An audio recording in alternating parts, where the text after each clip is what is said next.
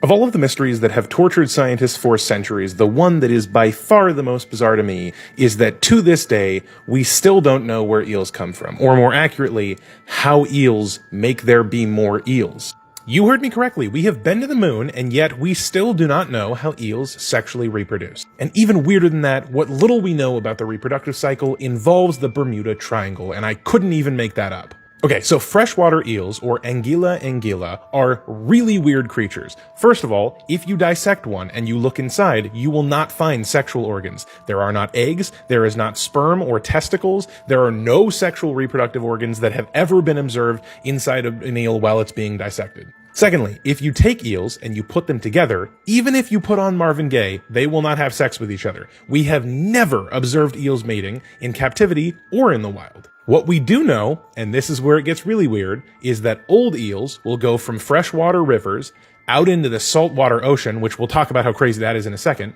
Then they will go to the Bermuda Triangle, and then new eels will come back. I swear to God, I'm not making that up. You can Google this. This is a mystery, by the way, that has plagued humans for a very, very long time. Aristotle, like the famous philosopher, thought that eels spontaneously emerged from mud out of some magical force or something. Also, the transition that an eel undergoes between its earliest stage that we know about, the larva stage, and the full-grown adult stage involves so many different metamorphical changes to its body, including its shape and its color and its physical abilities, that for a very long time, people on Earth, like European naturalists, thought that the different stages of eel development were completely different animals, and they didn't put that together for a really long time. Now, of course, we know they're all stages of development of the same anguilla freshwater eel, but still super weird. Also, let's just take a second to talk about how weird it is that eels can go from freshwater to saltwater and back. Basically, no other sea-bearing animal can do that. If you take a normal freshwater fish and throw it in the ocean,